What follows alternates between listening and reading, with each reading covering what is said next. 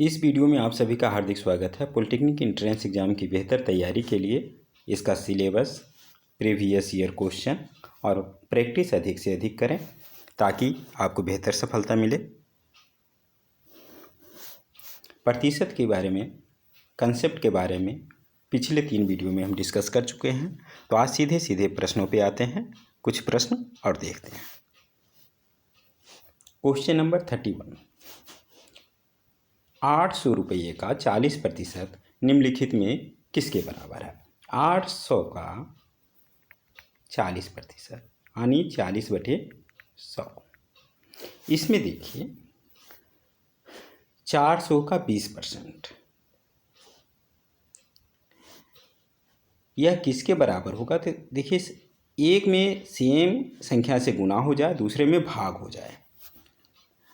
तो just like आप देखें कि 8 का ऑप्शन सी में देखें, 8 का 2 गुना 1600 हो रहा है और 40 का आधा। अगर इसको 2 और इधर 1/2 हो रहा है, अगर दोनों को गुना करेंगे तो कितना आएगा? 1 आएगा। तो वह इसके समतुल्य होगा। जैसे वैल्यू आप निकाल करके देख लीजिए, 00 कैंसिल, 8 चौक 32।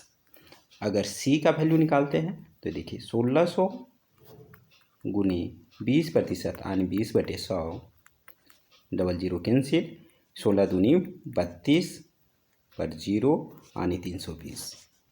ये दोनों आपस में बराबर हैं, अर्थात यह ऑप्शन सी के बराबर होगा। ऑप्शन सी इसका सही आंसर। बाकी सबका मान निकालेंगे तो जैसे 20% यानी 20/100, 00 कैंसिल यानी 20 चौक 80 आएगा। इसका मान आ जाएगा 32 गुने 2 64, 640 आएगा। इसका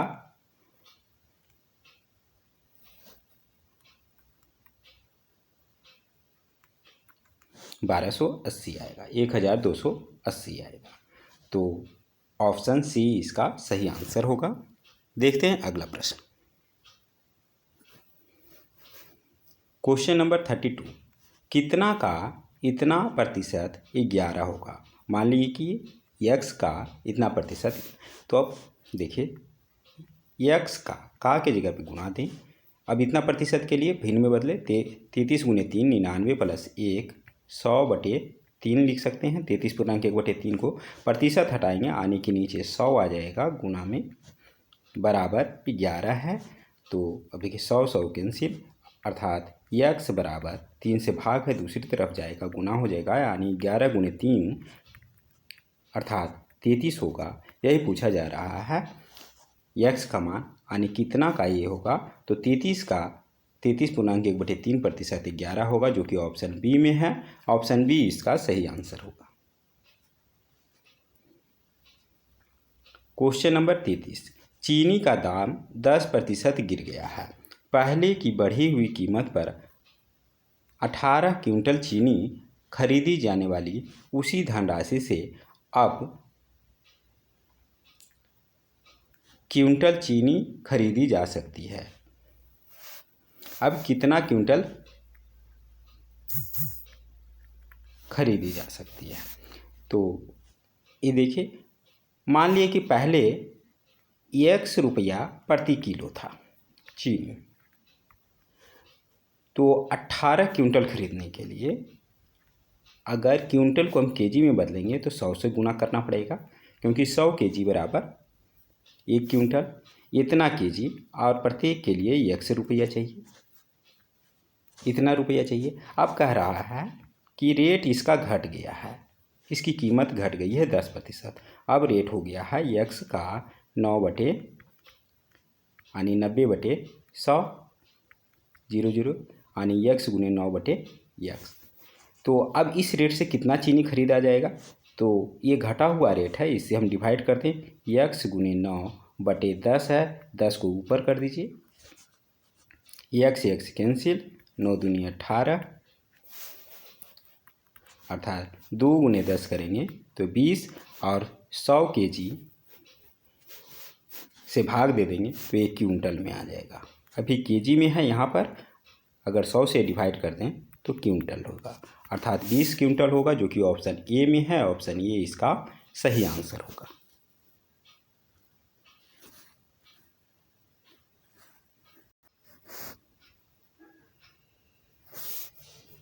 क्वेश्चन नंबर 34, यदि किसी वर्ग की भुजा को 20% कम कर दी जाए तो उसके क्षेत्रफल में कितने प्रतिशत की कमी होगी।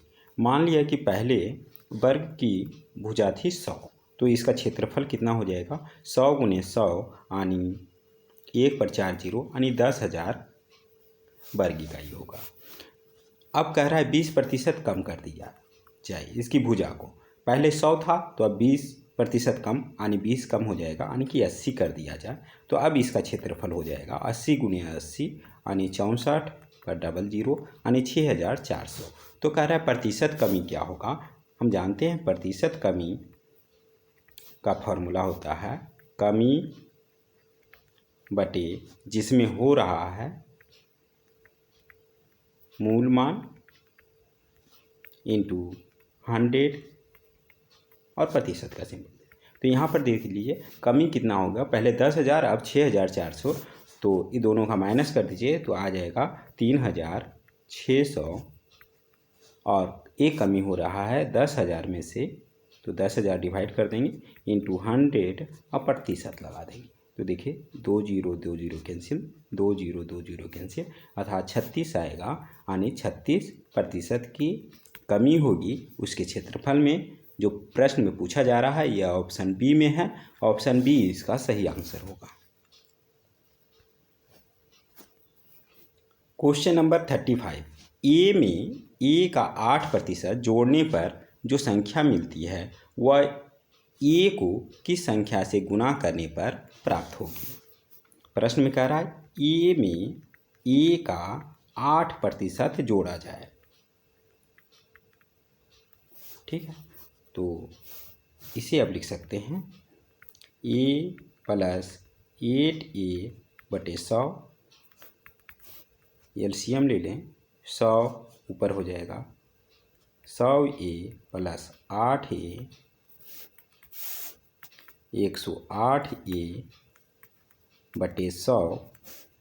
देखिए अब ए को किस संख्या से गुना किया जा रहा है 108 बटे 100, जिसे हम, यह ऑप्शन में नहीं है तो 1 दशमलव में है तो इसे लिख सकते हैं 108 बटे 100 को 1.08 ए, तो हमें गुना करने की ज़रूरत पड़ रही है 1.08 से, जो कि ऑप्शन ए में है, ऑप्शन ए इसका सही आंसर होगा। क्वेश्चन नंबर 36, एक रेडियो 972 रुपये में बेचा गया और 8% का लाभ होता है। यदि उसे 792 रुपये में बेचा गया होता तो हानि का प्रतिशत क्या होता। मान लीजिए कि उसकी कीमत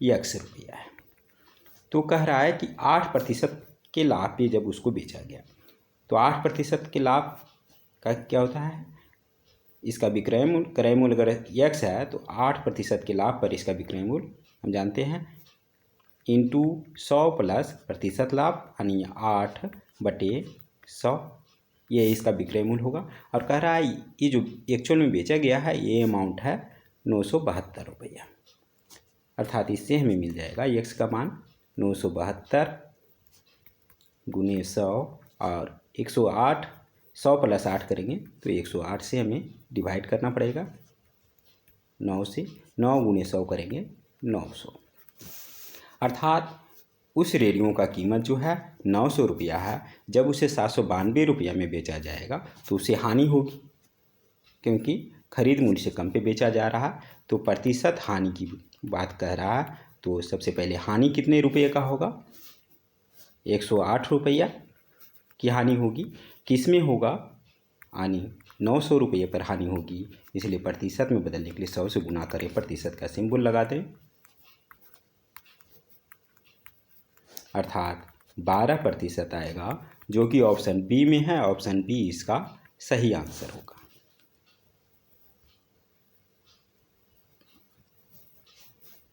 क्वेश्चन नंबर 37, एक विद्यालय में 850 छात्र हैं जिसमें 44% मुस्लिम, 28% हिंदू, 10% सिख और अन्य समुदायों के हैं। तो अन्य समुदायों की संख्या में कितने छात्र हैं। तो अगर प्रतिशत की बात करें तो कुल प्रतिशत 100 होता है, तो 100 में से बाकी सब को आप माइनस कर दीजिए। इन सब को जोड़ के 44 + 28 + 10 जोड़ेंगे तो 4 8 12, 12 के 2 बाकी 1, 5 5 2 7 1 8, 82% बराबर हो जाएगा 18%। अन्य समुदाय के लोग हैं तो इसकी संख्या बताना है, तो ये हो जाएगा 850 का 18% बदलने के लिए 100 से गुना करते हैं, 100 से भाग कर देंगे। तो अब देखिए 0 0 कैंसिल, 17 × 85, 5 दूना 10, 2 9 18, ये हो जाएगा 17 × 9 करेंगे 153, जो कि ऑप्शन सी में है। ऑप्शन सी इसका सही आंसर होगा।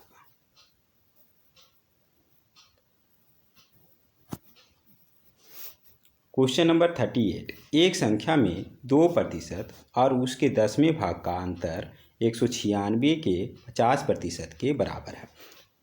मान ली कि संख्या x है, तो x का 2% कितना हो जाएगा, x गुने 2/100, और उसका 10वां भाग अर्थात x/50 और उसके 10वें भाग, x का 10वां भाग x/10। इन दोनों में देखिए बड़ा कौन होगा, जिसमें कम x/10 और x/50 में x को एगो 50 हिस्सा में बांटो और x को 10 हिस्सा में बांटो, बड़ा कौन होगा, ये x/10 होगा। तो दोनों का अंतर बड़ा में से छोटा माइनस करते हैं। यह कह रहा है 196 के 50% के बराबर है, 50/100।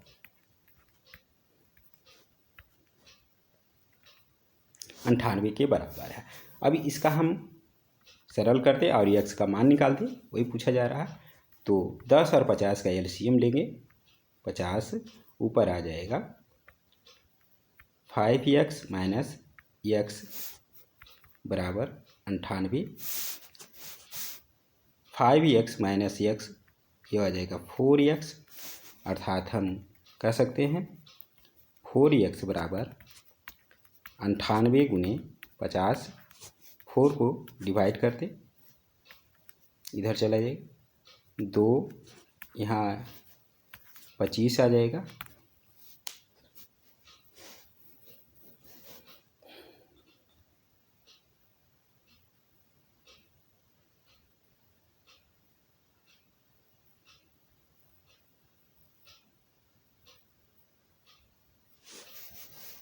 सॉरी यहाँ पर ठीक है,